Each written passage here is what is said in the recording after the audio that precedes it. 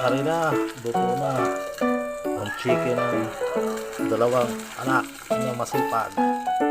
Ayan, naipagluto na natin sila. Ayan.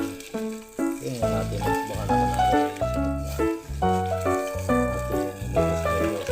Balik natin. Gagawa pa tayo ng gravy ng batang mababait na.